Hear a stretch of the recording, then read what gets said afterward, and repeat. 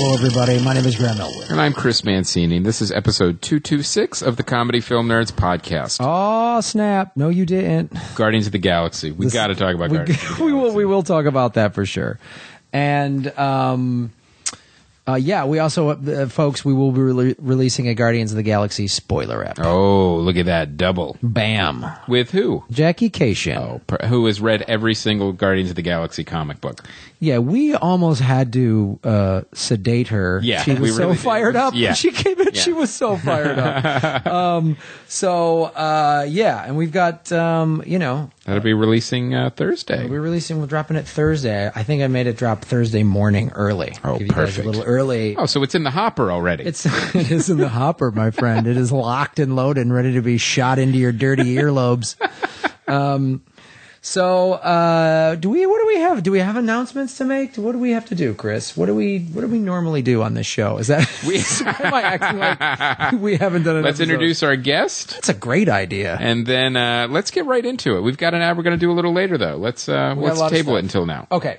So, yes, our guest, this is not his first time on the program. He's a funny stand-up comedian. He does a podcast, and he's a surfer. Ladies and gentlemen, Mr. Eddie Ifft. Hello. Third time on the show. Feel proud. Shazam! Yes. Third time. Got a lot to promote, too. Three-peat. Yeah. Have you been surfing at all? I surfed. I was going to go out this morning. Couldn't make it. I went out yesterday. Not bad. You forgot to say CrossFit enthusiast. Yeah. CrossFit. And coyote hunter. Yeah, coyote hunter now. I'm only going to hunt with a paintball gun. Yeah. I've read into You'll it mark so hard. them. I'm moving to the woods, and coyotes are so dangerous there. I'm going to tag them, basically, so I can be like, that one's been around too often. Right. That's Greenie. And the red one hasn't been back. Yeah. You were saying because you have a dog, and everyone who lives up there is like loses their dogs. They just eat them for breakfast. And one woman, I said, "Hey, have you ever lost a coyote?" She goes, "Yeah, a coyote jumped her fence, and I had my dog out for like a minute, and it just ripped the head off of it." And I was like, "I'm not moving." Man. So BB guns will hurt them, like it'll lodge into them and could infect it and kill the coyote. I don't want to hurt the coyote. I don't want to kill the coyote. I don't want to affect like its life. But I think a little sting from a paintball might teach it a lesson. A little taste there, coyote. Maybe stay on your side of the fence. So what do people do? Do they like electrify the fences? Like what is the coyote defense in your area? What we're going to put is the rollers on the top of the fence, and they are these like rolls basically that the coyote goes to grab on, and they can't get a grab on the top of your fence. Oh, and So then do you attach it to like a music box? So you know when it turns. I'm gonna have the lights. Oh, coyote's trying to eat the dog. It's just like Bugs Bunny. I feel like they're like, oh, these coyotes, they're so smart. They're watching you. They know what time you leave. They know what. Oh, it's terrible. What the hell? And I haven't been there at night, but the neighbors are like, yeah, when it starts to get dark, they just start coming out. You'll see them walk down the street. They're like, well, we've even seen mountain lions walk down the street. I'm like, why are we living? What are you doing? Why are my wife? They're ordering rocket roller skates from Acme to get to your dog. I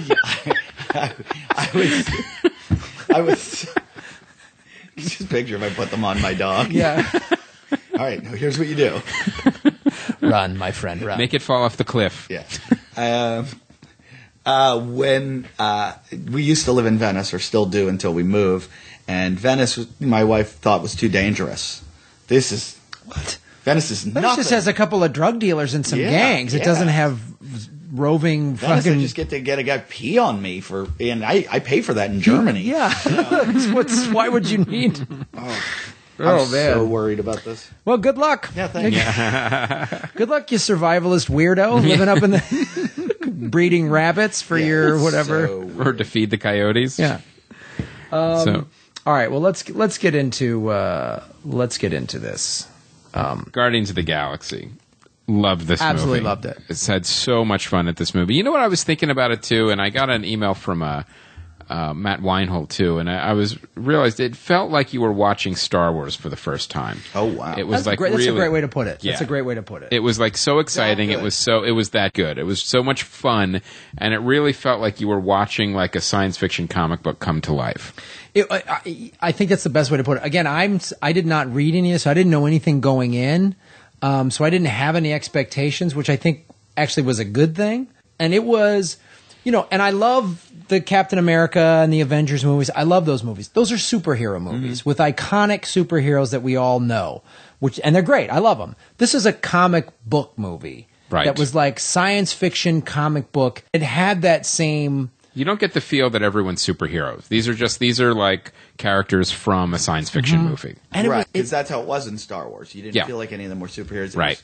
It was just people that happen to be living in that kind of environment and get affected by. Yes. Yeah, and it was exactly like that. And it had a great sense of humor about it, like when you were a kid. I mean, some of the Star Wars movies don't hold up as much, the jokes or whatever, but when you remember... And some of the dialogue. Yeah, some of the dialogue doesn't hold up as much, but the dialogue in Guardians was like, there was fucking laugh out loud shit in there. Who's behind the film? Who's the director? James Gunn, actually, which is an interesting choice because none of his previous films have made a lot of money, but he has a real sense of style and a vision to all of his movies, like whether you on board with him or not, you realize Slither is another one of his movies.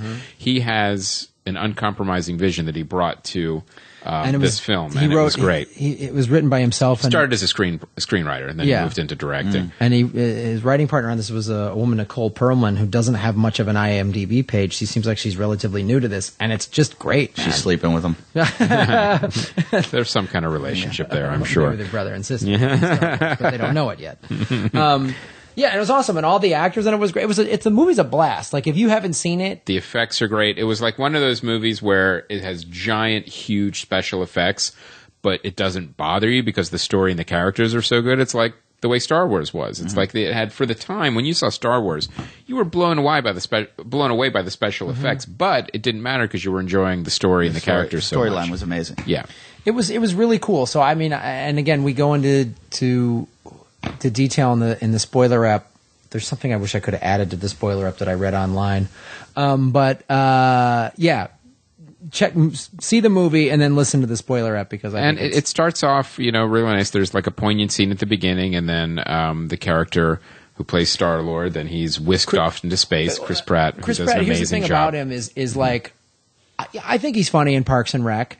And I know he's starting to get some movie roles, and I was worried, like, is it gonna be that sort of what happened to Jonah Hill before he started to become an Oscar contender, of like, he's just doing the same guy, the same version in every movie, the sort of dumb guy from Parks and Rec. No, he was great. He plays a kind of a badass pretty well, and I don't know, and he got ripped for this. He did. I'm sure he did CrossFit, Eddie. He had to have done CrossFit. You don't look like that without he's CrossFit. Fucking stacked. I got a friend who's the and a team of trainers. These guys. Really? Yeah, who trains the actors when they're going into. One of my friends. I shouldn't say who he trains, but and two of them. So I work out with two guys who are the biggest celebrities you can think of trainers, and they do it they do a crash. Like, they're always in decent shape. Right. Some of them get pretty out there, but when they get ready for these films, like, what do they do? They buckle down. How do they do it? 2 to 3 workouts a day, and they cut their eating. You really put them on a high protein diet, low, a little bit of fat, and low carb diet. So one workout a day is not going to do it. No way. If you want to get somebody in that kind of like movie shape.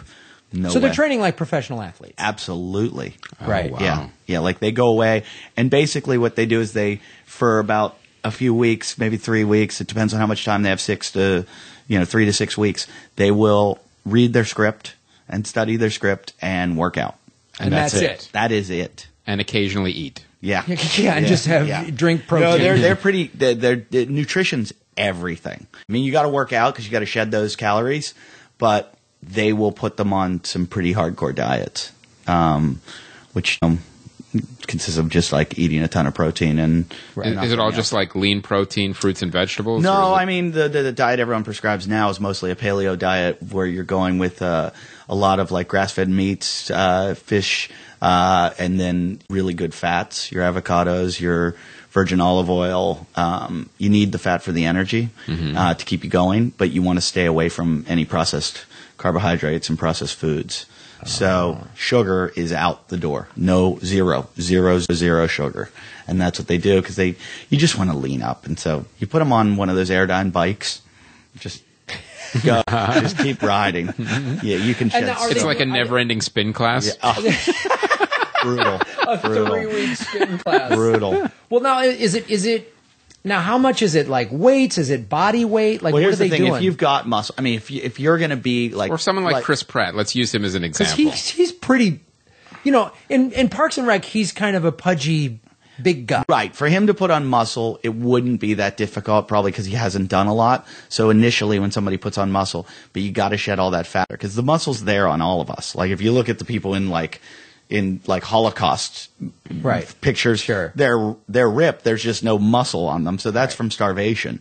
But you got to put the muscle on, then you've got to shed all the fat. So my friend that wrote the book, The Paleo Solution, always says exercise is important, diet is crucial. So the diet's what really gets them down, but they got to put some muscle on, Sure. which requires eating. If you want to do it the right, healthy way, it's eating, like a balanced diet of like a paleo diet, non-processed foods, a lot of meats and fats, and then, exercise where you're doing strength building and cardio. Right. So a little bit of both. But the bodybuilder freaks, I mean, if you watch their diet, just read a bodybuilder's diet, and you're like, you're a mental case. Yeah. Do they eat like baby food too? It's body dysmorphia, and it's just insanity. It's insanity. Well, let me ask you this too. Now, with these couple of big name personal trainers, now when some big name person like a Chris Pratt or whatever hires them, Studio usually pays for it. studio pays Sure, for it, yeah. and then they is the actor going to a facility, or are they coming Sometimes, to them? like or- my friend will take them and bounce around. I'll tell you off air who the actors are, but they'll want to go to Equinox sometimes in West Hollywood to look at girls, and then sometimes they'll want to do workouts on the beach, and it's wherever they can keep them. They'll do the stairs in Santa Monica, but right. a couple of these guys, like I wish I could tell you the names, but they'll go. They'll fly with them everywhere. Wherever they go, they almost become their best friend. so they're doing workouts in hotel rooms if needed. Everywhere, and it's like their best friend is with them all day long, and that is their job, to watch what they're eating, make sure there's food there for them, the right kind of food. So they're a nutritionist. They're everything. Yes. Well, some of the guys have a team. Like the biggest name you can imagine in Hollywood will have a team where it'll be a physical therapist, a chiropractor, a nutritionist, and a trainer. So you've got a movie body entourage. Pretty much. much. Well, you're a to get professional into it. athlete. I mean, Yeah. that's what you have to have. It's like if you were on a team, you'd have a training facility that would have training doctors and all that stuff like that. And then eventually turn you bionic. Sure, that's the goal. Yeah, that's with all of them. That's what they're all trying to do. You want lasers to shoot out of your Yes. eyes. Why wouldn't you? That's the goal. Yeah, I mean, this movie. I mean, Knowing that makes me even like it more. That's yeah. What, I mean, I knew That's what what those Chris guys Pratt had went to go through, through, but yeah. it's like I dig it, man. So I dig it was. the whole We're going to vibe. get into more depth in these points into the spoiler app. But I just want to say, if you haven't seen it, go see it. You got to see it on the big screen. It's fun, and you don't need 3D. You don't need 3D. You don't need to know anything about the characters. No. That's what I loved. In fact, I say this more in the spoiler app. But one of the only little nitpicky things I had was that I would have liked a little more backstory and like who the Nova Corps was, who the villains were, because they just kind of show up and then you're just pretty much. I mean, the movie just moves. It goes nonstop, and because it could so easily have been bogged down into like origin backstory and like what had happened now, how did he become who he was, and it doesn't. It skips all over that and jumps you right into the action, which is so smart and it's so fun. And that's like I'm wondering too, when it gets released on DVD, will there be some extended scenes where you get some of that backstory that I think may have been trimmed in the movie? But it's like a little nitpicky complaint. It's a great movie. You got to really see it is. on the big screen. You absolutely have to. I'm sold. I'm going. Yes. No, I am. I'm going to see this. I've been looking for a good movie. Well, speaking of bigger films, we talked about it before, but Eddie, you said you saw Snowpiercer. Yeah. I randomly found it on, I think I got it off iTunes because, and it's in the theaters right now also, isn't it? Didn't do the. It's both. Well, the crazy thing is, and we got an email from Sanai, big fan Japan, and several other fans that it did blockbuster numbers in Asia. Like, it was a wide release and got kind of a limited What's release. an Asian director, isn't it? Right. Yeah, he's a Korean guy. It's a very international movie. It's really interesting. It's a French graphic novel. It's written by a Korean and an American, directed by a Korean, and then it has casting from all over the world. It was so interesting. That's what I liked about it. It just seemed so different and unique, and didn't follow much of a formula. No. And You're not going to see anything like it again for a very long time. And that's why I enjoyed it. I was like, this is so out there and so different, and I was so glad to. Independently financed, because we're talking about, too, like, how could you even noted that movie? Like, even if your job was to give them notes, like, how would you even do it? Because it was just so out there the way the guy was thinking. There's a lot of suspension of belief that you've got to. That's what I said. You've got to go. All right, you're putting holes in every. You're on board or you're not. Yes, if you get on board, it's a fun ride. Yeah. But if you start going, this train and it's going and come on.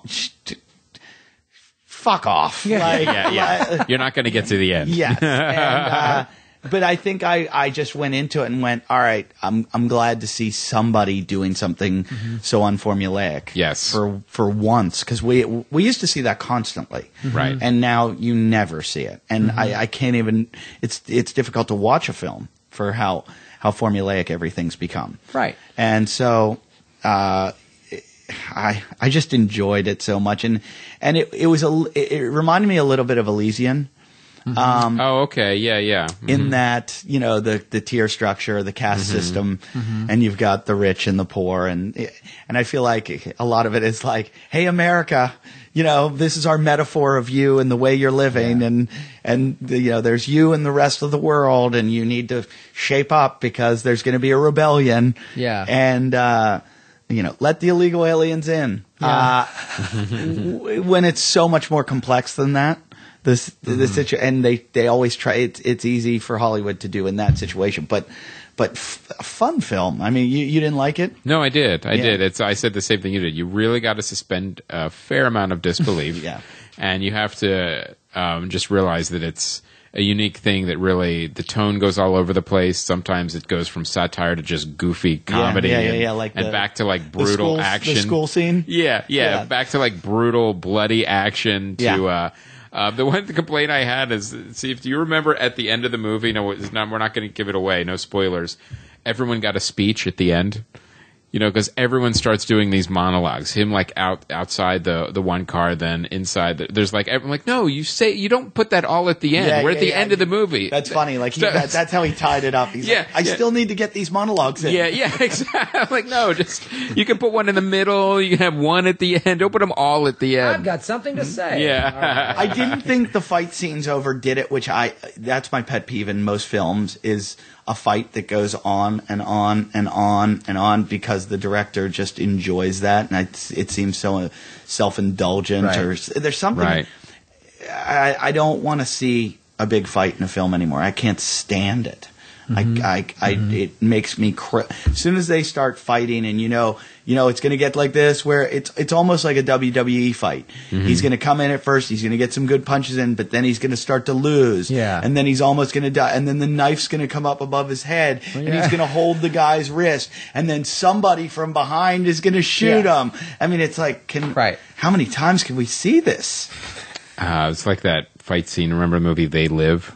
With Roddy Piper. Yeah, put the glasses on. I know that movie. Yeah, and that they literally made one of the fight scenes like that, like it was like a WWE fight. Like it lasted forever. It was in an alley. Yeah. I hate to take this off on another tangent, but I've been talking about it on every podcast. And speaking of fighting, I found this thing from a fan sent this in. There's a thing called Calcio Fiorentino. And just Google it and watch it. It's an Italian sport that's been around since the 1600s. So it's not an actress? No. It's handball and UFC fighting mixed together. The rules are there's no rules. Get the ball to one end. Just watch that. So it's like what team handball started as? Team UFC handball. So it's Hunger Games, but with a ball. It is the most vicious, barbaric. I still can't believe it exists. And I can't believe we don't all know about this in America. No, I've never heard How of do it. they play it? Like, what's the 27 men to a team. Is there an arena? In an arena, packed. This is the biggest sport in Italy, apparently. Like, it's what soccer originated from. Really? Watch Did this. the Mayans play it? yeah, is it like that's like Put it this way, when you score a touchdown in football, you get to spike the ball and do a dance, and everybody goes back to the huddle. In this sport, you score whatever the score is, and then everybody sucker punches you in the face for it. oh good. Yeah, So yeah. there's a high motivation to score. Yeah, it's the most brutal. It makes UFC look like badminton. Well, someone needs to make that into a A movie. I was thinking about What's it called again? It's like Calcio, I think Calcio. Calcio. And then Fiorentino, but they call it something else. Calcio with an S. I'll find They it. call it punchball fighting? It's I mean, you're gonna text me right afterwards and go, I don't believe this. Everyone I've shown it to is going, what the Yeah, how does this exist? it's also Yeah, I see called it. Storico. Calcio Storico. Calcio Storico. Yeah. All right. It's an early form of football that originated in 16th century Italy. Yeah.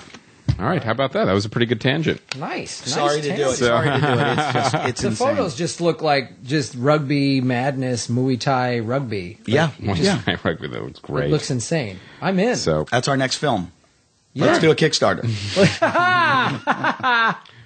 so now, Graham, speaking, you had your nephews in town, and you showed them Star Wars on VHS. Yes, I have the original Star Wars, Empire Strikes Back, and Return of the Jedi on VHS. And Now, these are not the ones with the new effects. none or of that anything. nonsense. This is Han shooting first. This is all of it.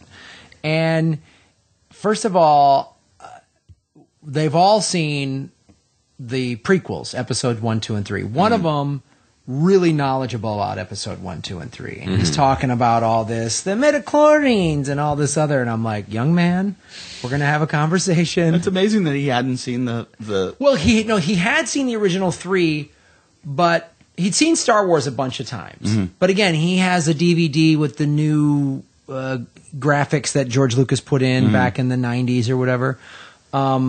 And so he knew the basic storylines and everything, but they hadn't watched enough of Empire and Jedi, which is Empire Strikes Back to me is all Yoda. That's Yoda's movie where we learn all about him. We learn about the Force. And my favorite, I think. it is. Yeah. It's really awesome. I mean, granted, it has some hokey dialogue in it, scruffy nerf herder, all that kind of stuff. But the Yoda scenes where Luke is learning the Force, but he keeps quitting and complaining, and like where he's trying to raise the X-Fighter out of the swamp, and he goes, "It's too big," and The Mr. Miyagi Danielson. yeah, part. that's why you fail. And then Yoda raises it out of there without any problems, and he goes, "I don't believe it," and he goes, "That's why you fail. There's no try. There's either do or do not," and all that stuff. And it was so cool to see it, and then to hear my one nephew keep talking about, well, in episode 1, 2, and 3, and I just went, those are heresy. And they're like, what's What's heresy That's mean? exactly what they said. They go, what's heresy? And I was like, well, it's like a crime against a religion.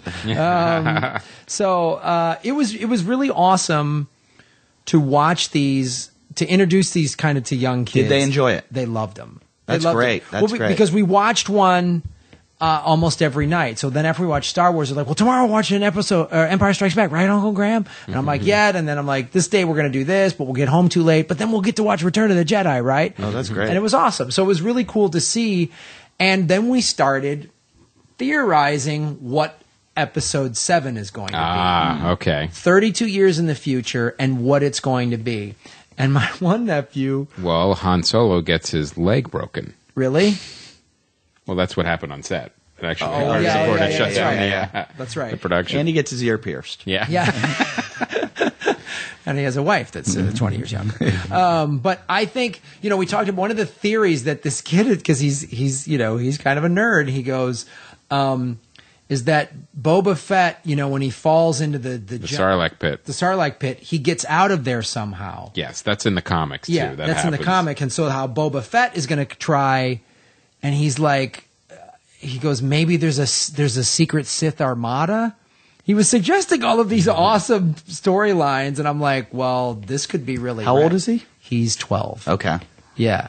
But he knew character names that I was like a little unclear on. Like he knew everybody. Like the woman in Return of the Jedi who speaks right before General Akbar or Admiral Akbar, and she's like, I didn't even know some of these characters had names. Oh yeah, they do. Mm-hmm. He's like, that's Mom Mothra. There is a thing. Yeah. I mean, Lucas did put a name to pretty much everyone. Everybody. When she gives the Bantam spies gave us this information about the moon of Endor and all that stuff. Many have died bringing us this information. He's like, yeah, he knew her name. He knew every single one of them named. So it was really cool to watch those again. And, especially too, and I was explaining to these kids, I go, you got to understand, nothing like this had ever existed. Right. Before these movies. Movies. That's why they blew people You know away. what? Because I've got an 8-year-old nephew, and I was like, is he ready for that? And I remember I saw Star Wars for the first time when I was like 7. Yeah. So I guess he is ready for it. Because I wanted to show them E.T. too, and I'm like, is the E.T. still timeless? Like, will it still... You know what? My kids really liked E.T. Yeah. I think that is kind of timeless. Okay. Yeah. I would show it to them because and also then the cool thing is then when they when they're being 11, 2 of them are 11, one's 12, and they stop touching me. They're having those they're just being boys fighting. Yeah. I would say, remember what Yoda said when one of them would I can't do, because I was trying to teach. They wanted to learn how to surf. Mm-hmm. And sometimes they're falling and they're getting frustrated. I'm like, remember what Yoda said? There's do or do not. You know what I mean? And have a positive anger, fear, resentment, or whatever. And Yoda also said, "Shut up and sit down." Yeah, shut up and sit down and stop touching your cousin. Yeah. He said that a lot. He said, "I'll take us home from Disneyland a hell of a lot earlier if this nonsense keeps up." So it was really cool, and I remember too. Then I was brought back to those lessons. I mean, it's all Lucas. Yoda is Buddha. Those are all Buddhist ideals and stuff like that. Yeah. And it was really cool to see. Like I hadn't sat down and watched those 3 movies. I haven't either, and I need to do it, and that's the perfect way. So it is. I'm gonna. They'll love them. And my wife has never seen them. Oh wow! Grounds for divorce. Yeah. That now she's moving you into some sort of coyote hell pit, and some. And she hasn't seen Caddyshack or Animal House. Well, you've got movie nights all lined up. Well, while you're sitting out in your guard tower guarding your backyard. Meanwhile, she's seen every episode of Lie to Me. I mean, this marriage is Maybe over. you should put those rollers on your TV Yeah. so she can't get. She can't. She's every episode of Lie to Me. Oh, I can tell you're a lawyer. That's every episode. Yeah, I can tell. How? How? You twitch your eye and your eyebrow. Yeah. No, I have a bad face. So, speaking of Star Wars. Yes, we have a sponsor. This is one of the sponsors from our Kickstarter campaign, and this is Jet's Toy Hut. This is toyhut.com. Now, it is toys, but it's really for collectors. Mm-hmm. Because this is a nerd store. This is a nerd store, and I know there's many of you here that are going to be very interested in this. These are hand-packed Star Wars figures and collectibles for collectors by collectors. All orders shipped with 0 movement in over a dozen different sizes of sturdy custom Toy Hut boxes. The crew at Toy Hut knows what you expect as a true collector. Now, I have no idea what that meant. But I'm sure somebody listening does. Collectors know exactly what that means. Collectors know what that means. Somebody bought it and never touched it. Yeah, that's what I'm thinking. This hasn't been molested or stuck in any body parts. All orders shipped with 0 movement. So the people packing it, they're very slow. 0 movement. Yeah. Well, they're Jedis and they use the Force. They have to use their minds to pack the toys. It means there's from what I know from nerd friends of mine like Paul Goebel, who's a collector, and Pat Francis, I know are collectors, is the more it's been touched or altered in the slightest, devalues. Devalues it, yeah. That's why when you go to like those two guys whose houses I just mentioned, they have all these in the box, untouched. Right. So that's what. And even if the packaging gets a little damaged, then the value goes down. They're like comic books. So there's a club owner in Indianapolis, Morty's Comedy Club. Have you ever worked with Morty's? No, but I know that the club owner at his house has all the figures in the box and out of the box. Yeah. So he's got one of each. Well, you got one to play with. Well, I did that with comics. I would buy two. One I would keep in the bag and never take out, and then one I would read. Right. A lot of collectors do that. Figurine collectors do the same thing. I can tell my nephew that. My nephew's got he's 8, and he's got over 1,000 comic books already that he collects. Wow. God, I love this kid. Him and my nephew need to. Yeah. So toyhut.com. Now it is TOYHUTT. So toyhut.com, and it's Jet's Toy Hut. So we want to thank Jet. We really appreciate you supporting the Kickstarter campaign. And I know the great thing about this is I know this is an ad that our fans are going to respond. This is exactly what you guys are going to want. So make sure you check out toyhut.com. Right on. Now, speaking of Kickstarter, yes, let's Eddie talk about Ifft has something to discuss with us. This is more of a therapy group where I'm coming to you guys. I swear to God, I almost called you yesterday. I forgot that we had this podcast today. I'm so glad I'm here because I just wanted to call you and say, like, did you know you were going to go through this emotional roller coaster? Yeah, not to the extent that we did it, but we thought, well, it's going to be rough, and like, oh my God, once or twice a month, I get one of these calls from someone going, "What?" Well, yeah, I feel like, why did I do this? Because if I don't fund this, I'm going to feel like a total failure. Because I've also said, like, I do a podcast called Talking Shit, and I'm converting the podcast into a thing called the Bingle Bus, where we're gonna build a mobile podcast studio. And it's going to be in a short school bus because the people that work for me are very slow and they're special. And we're going to drive around and be able to go to things like comedy festivals, comedy clubs. We can go to your house. Like I could pull it up in your driveway and you guys come out. This is an awesome idea. Oh, that's great. Do the show. On Saturday nights, I can go to the Improv and park outside and you guys just come out and get, comics. And will there be Chris living has a phone quarters call. in the butch? Yeah, well, it's the back is going to be a U-shaped couch that actually has a piece that goes in that makes it that it can sleep. Because the guys, like if we go to the Montreal Comedy Festival, they're going to have to drive it there. So I'm going to send 2 of my mongs in the bus and say I'll meet you there. Are they going to need work permits? Everything.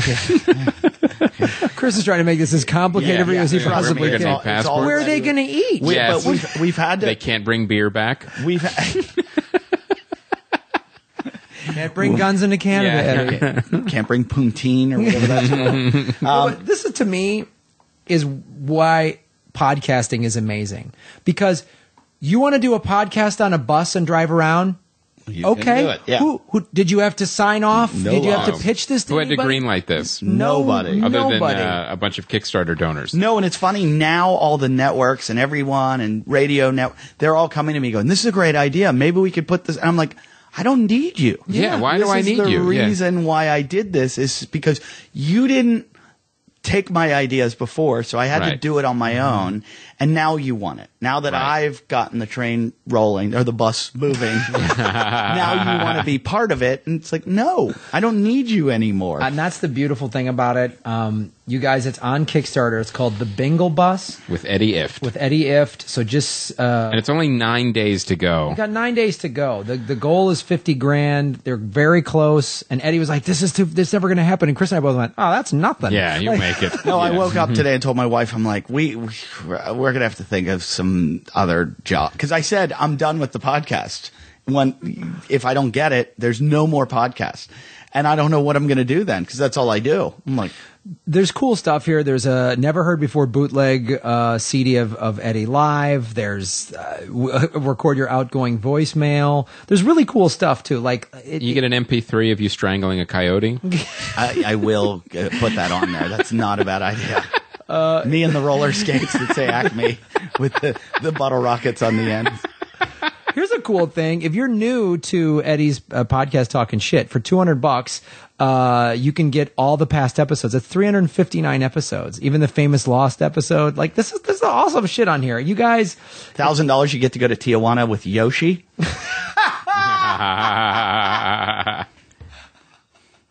Wait, is that There's some funny ones on there. A lot of the guys that are like the staples of my show were like, yeah, what can I do for you? So Chris Wilde will take you to a Knicks Clippers game with him, and he's the Clippers guy. Mm-hmm. He's the guy when they cut away, when they're dancing, it's him.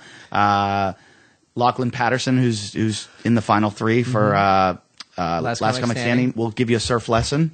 That's awesome. Oh, cool. Yeah. I see this other one, a CrossFit training session with you. Yeah. That's awesome. One guy purchased it. For $500. And I am not responsible for if you get hurt. But there's a lot of crazy. Bonnie Rotten, who's the AVN Performer of the Year, will give you a, in quotes, dance on the bus.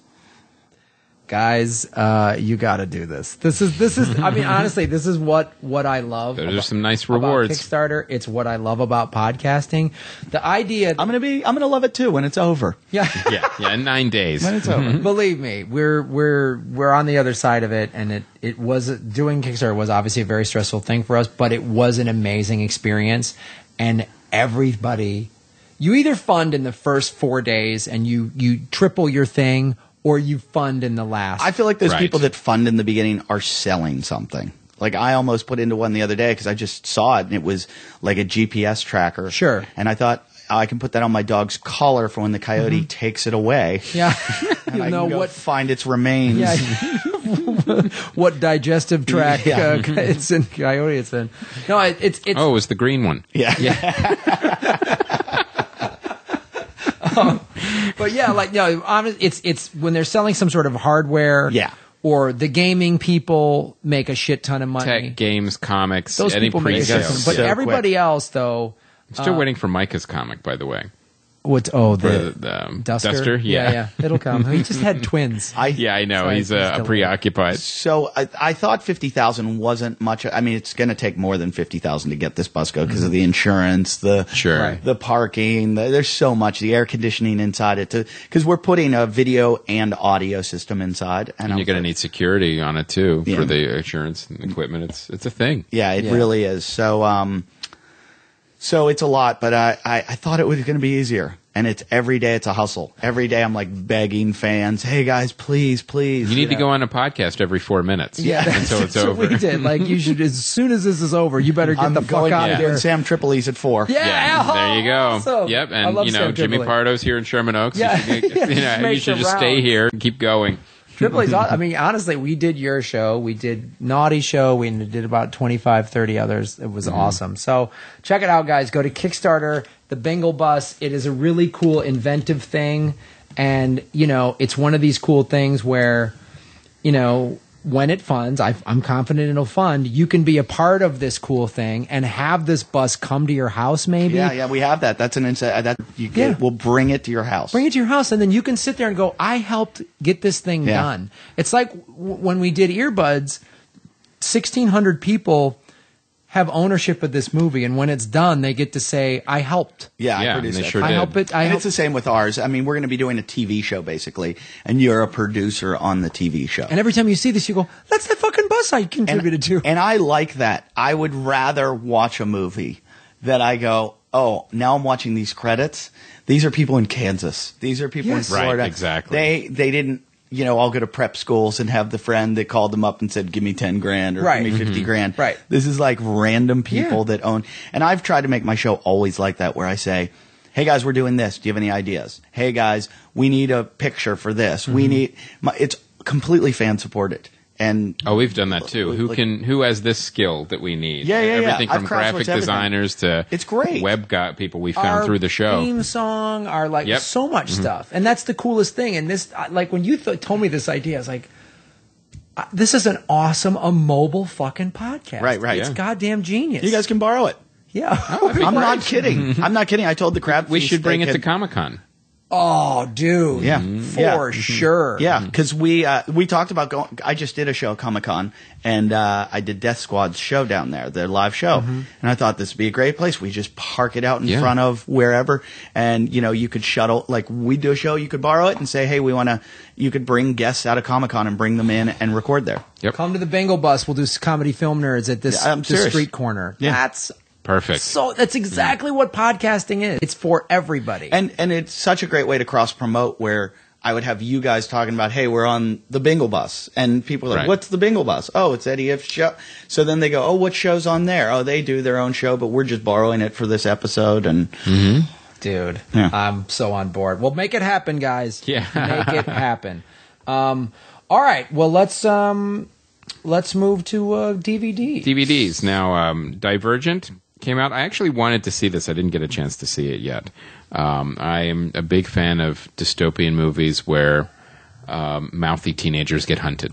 So, Really? All right. so, but I actually, I did want to see this. Need for Speed. Now, you saw that on a plane, right?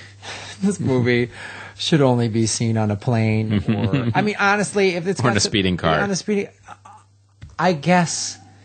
I know it's based on like a video game or something. It really just seems like a Fast and Furious knockoff to me. Right. The guy, the actor from Breaking Bad, is in it.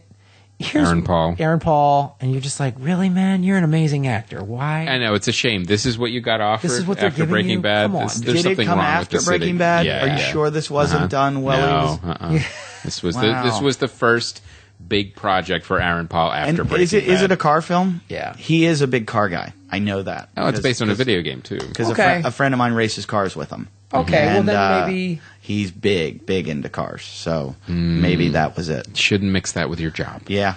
I'm not doing a movie about CrossFit. Yeah. Nobody wants to see me do a movie about coconut water and, Yeah. and protein powder. Nobody. Oculus. This is the horror movie about the haunted mirror.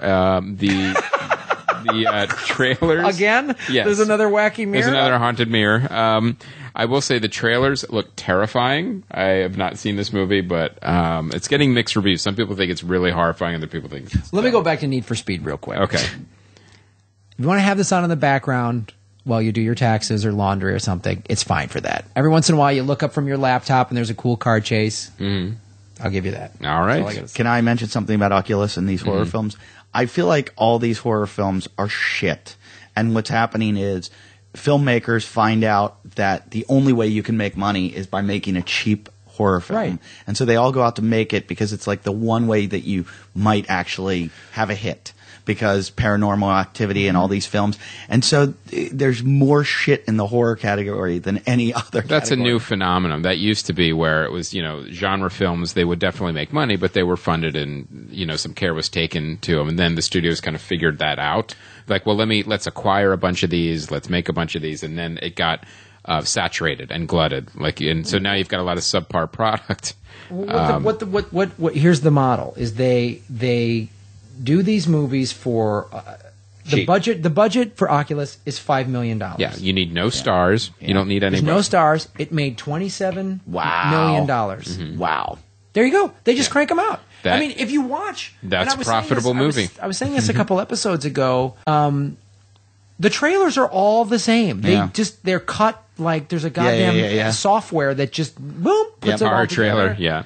And they just crank these out, and I get it because, especially too, if you're a young filmmaker and you want to get your passion project sold, it's never going to happen. But Right. you've got a mirror that eats children or whatever. Okay, Well, make they've it in taught your them- home. They've taught them all too. Hollywood, it's so hard. You got to have a hit. You got to have a hit. So they're like, oh, make a cheap horror film for $100,000, and it'll make $1 million, and then I'm a hit. if you make a horror movie for, if you have $1 to $2 million for a horror movie, and you can put some cool effects in it, you're locked. I mean, it's going to make money. Yeah. Like that's the one thing about the horror. Just overseas it will. The horror fan base will watch. They don't care about they're insatiable. Yeah, it's almost like the martial art. Sometimes you know what I mean. Right. Like as long as the fight scenes are cool. A fan's a fan. That's Yeah. funny. Now, one of the other movies I saw, this was a DVD, Son of Batman. This is one of the Warner Brothers direct-to-DVD animated movies, and I liked it. I think my favorite is still Under the Red Hood. I thought that one was probably the I best. also showed that to my nephews. Oh, They you loved did? It. Oh, They that loved was an it. amazing one. Now, the Son of Batman, I love the idea that Ra's al Ghul, he's about to be, he gets murdered in the opening scene, and his daughter Talia had actually had drugged Batman, and they had sex, and then Batman has a son out of it. So what she does, the way the movie opens is Ra's al Ghul gets killed, and he doesn't even know his father, the son, Damien. And he goes, "Where are we going?" "Gotham, to meet your father." And she actually drops him off to meet Batman and to protect him because the League of Assassins are still coming after him, the assassins. So it's a great setup and it's a great story. And the character of Dave, absolutely fantastic. I love this character. He's like a 10, 12-year-old boy. I think they made him a little young. I mean, he was a little bit too much of a badass for a 10-year-old, even though he was trained by assassins. But still, he's still like 10. And there's some great humor in it, too, because he was raised by Ra's al Ghul and Talia. And he gets to the Batcave, and he asks Alfred, "What, are you the only servant?" He goes, "You only have one servant?" That's awesome. So there's some cool moments like that. That was... Ethan Spalding is the director. Okay. And so it's a great little story of son, and it's really fun, and it adds like a whole new dynamic to the Batman mythos. Mm-hmm. The thing where it gets bogged down, there's a couple problems with it. One of them is that these movies are only like 70-some minutes long. So you feel like a lot of parts are rushed. No, just give this movie 80 to 90 minutes. You don't need to, because it's cost. They need to get, and it's animation, it's expensive. They try to keep it to 70-some minutes. The other thing is they have this weird subplot of like genetic manipulation and like a bunch of man-bats around like in attack. So you've got this weird like subplot of all this genetic manipulation when you don't need it. Oh my God, you have a League of Assassins, you have an immortal who just got killed, and Batman has a son, and the people that are trying to destroy the League of Assassins are trying to kill not only the boy's mother, the boy's father, and the boy. That's enough. You don't need to add like giant man-bat sounds creatures. Like the improv comedy clubs. Yeah. You don't need to add all these extra things. So I think the story could have used a little more focus. It also added Slade. And Slade's been used a lot as far as the villain, or it also becomes Deathstroke. And apparently he wasn't in the original story. But overall, overall, I liked it. I liked it. These animated ones are... Yeah, they've been really... sometimes they're hit or miss, these animated movies, but they've been hitting the mark more than not, especially... there was a couple Superman ones that were really good. Mm-hmm. The Wonder Woman one was good. Wonder Woman one was really good. I good. showed my nephews that one as well. Yep. It was always How many movies did you guys watch? It was just Star Wars and superheroes. We'd go out and run around all day, the beach, Disneyland, all that stuff. Well, these are all the movies that Grandma already has at home. There's nothing rent. Yeah. So. I'm squared away. But they were really... it was good. It was a great story. I mean, I kind of want to see more of this character now, Damien, Batman's son. And it just got a little bit bogged down here and there, but it was good. It's worth a rental, absolutely. All right, coming out this week, Teenage Mutant Ninja Turtles. Dear Lord, this movie looks horrible. I cannot wait to not see this movie. I'm so angry about this movie. Not only did Michael Bay produce it, but how could you get everything wrong about the Teenage Mutant Ninja Turtles? First of all... Was there anything right? Yes, it was brilliant. The Teenage Mutant Ninja Turtles was brilliant in the 80s. I was never a fan. I love Teenage Mutant Ninja Turtles because it was. You're the only one. Yeah, it was one of those properties that was just like so ridiculous, and then it was made to be ridiculous. Like I'm going to put these things together that make no sense, and I'm going to make a franchise out of it. And that was like, all right, I'm on board. Right. But when you look at it now, it's like all the things that the Teenage Mutant Ninja Turtles aren't are in this movie. First of all. Don't give them people eyes and people faces. They're turtles. For one, the character designs alone look ridiculous, and don't give them like these weird, crazy, bulging muscles, like bodybuilder, like weird, like they're Teenage Mutant Ninja Turtles. It's in the title. You don't make them look weird, And then I'm watching the trailer and. There's all this action in it, but they're still Teenage Mutant Ninja Turtles. It's supposed to be silly and goofy and ridiculous, and none of that is in the trailers. It's all this like hardcore action and like effects, and it makes no sense. So I'm really think this was a missed opportunity. I think a reboot of Teenage Mutant Ninja Turtles could have been really cool, and I think this movie goes completely in the wrong direction. I think I remember reading there was some like other.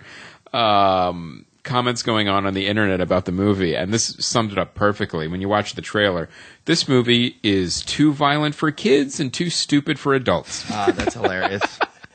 I remember when this popped, the rumor on this was it was this stupid comic book that nobody wanted, and the warehouse or something burnt down, so there was only 200 copies of like the first couple of issues. Like they were going to discontinue it. It burnt down, so then these issues were suddenly worth all this money, and that's how it became popular. Well, that's some great lore. I don't know if that's true or not. It very much just seemed like comic book store campfire, tales. But that's what I remember hearing, and I remember. You know what? You guys email us that if you've heard that rumor, if that was true or not. If anyone knows for real on that, let us know.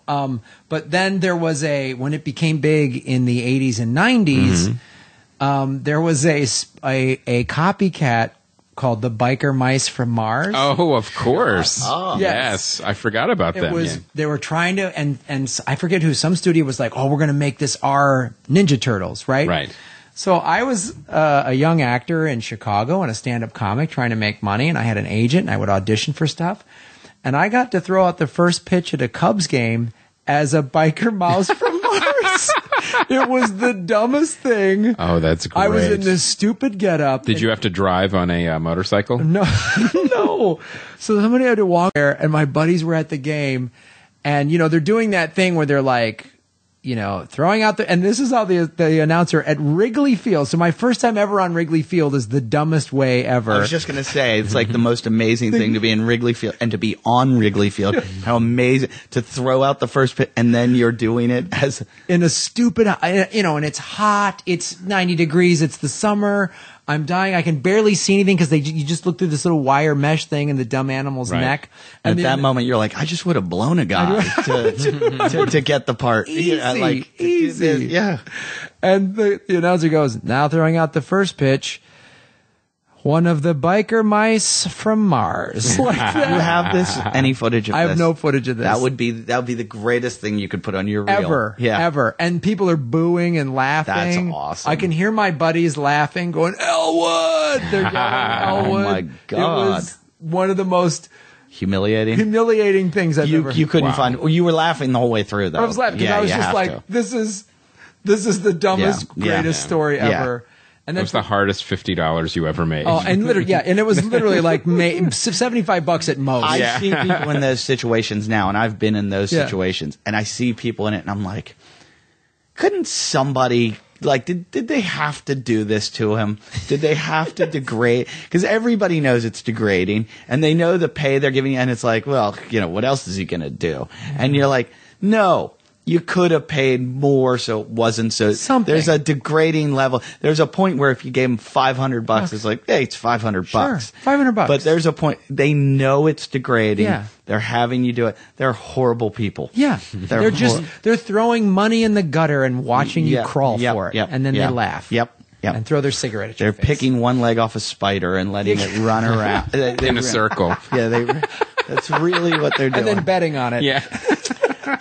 Not to interrupt, but have you guys ever seen that movie?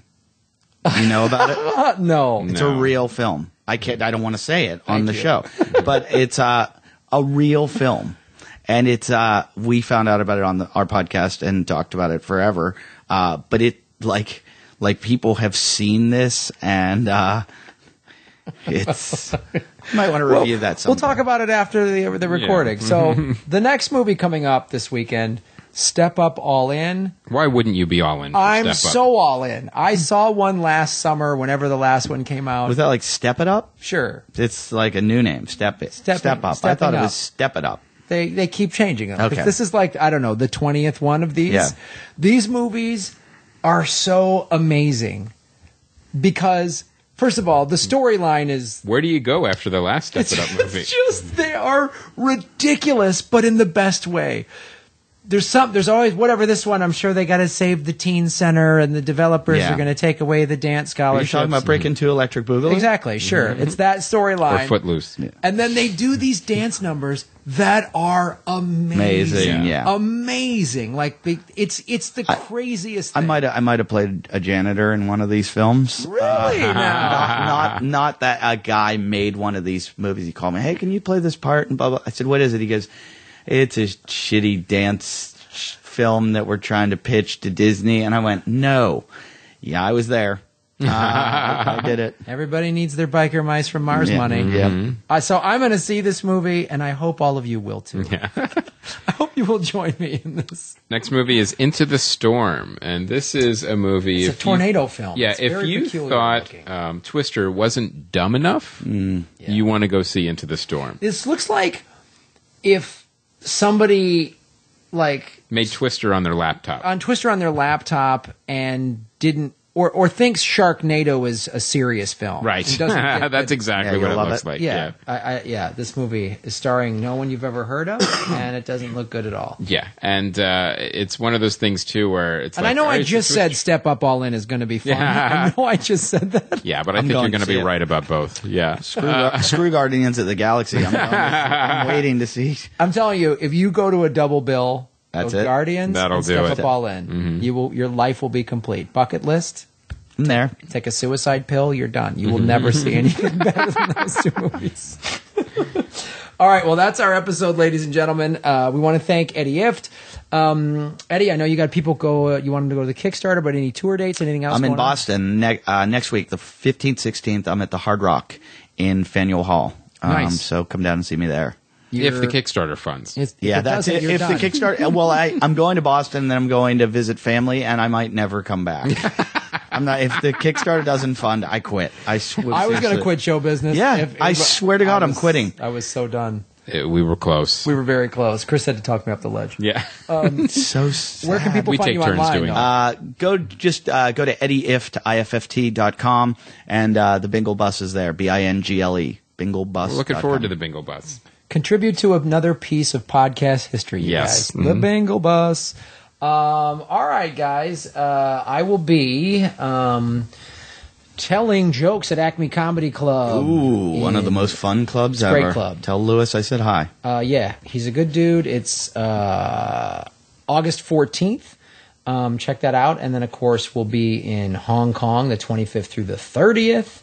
And then, as I've said, the Kuala Lumpur dates they fell through. So I will be in Beijing and Shanghai the week of September 1 through 6. But I'll get those dates ironed out and get them to you. And, of course, headlining the Hollywood Improv September 13th. And then headlining Zanies in Rosemont, Illinois, right near the O'Hare Airport, September 17th through 20. And, of course, the Los Angeles Podcast Festival. Very excited about this. September coming up. 26th through the 28th. We just released the schedule. Eddie will be doing his podcast there. Gotta whether check he it has out. the bus or not Yep. is up for We is up will for be there, debate. though. And it's going to be a great program this year. We've Yeah, got man. some great shows. Mark Maron just confirmed. Yep. There's some great panels, great workshops, and the new hotel is going to be amazing. I'm You're already going to fired love up. it. What hotel is it? Sofitel. Oh, nice. Yeah. And it's awesome. going to be more parties, more food, more drinks. Everything. It's going to be more everything. It's all on one floor, the Sofitel, so there's no Right. crazy elevator you're going to get stuck in. Like Yeah, when one breaks, and then there's only one for the entire festival. Ugh. So that's September 26th through the 28th, guys. Hopefully there'll be a Bingle Bus parked out front. Go to That'll be LA, great if that'll it be lapodfest.com and get your tickets. And discount hotel rooms are going quick. Thank you guys so much. Thank you once again to Eddie Ifft. Hey, thanks for having me, guys. Appreciate it man. very much. Good to have you. My name is Graham Elwood. I'm Chris Mancini, and as always, remember, Han shot first. on the Bingle Bus. And then he stepped up all in.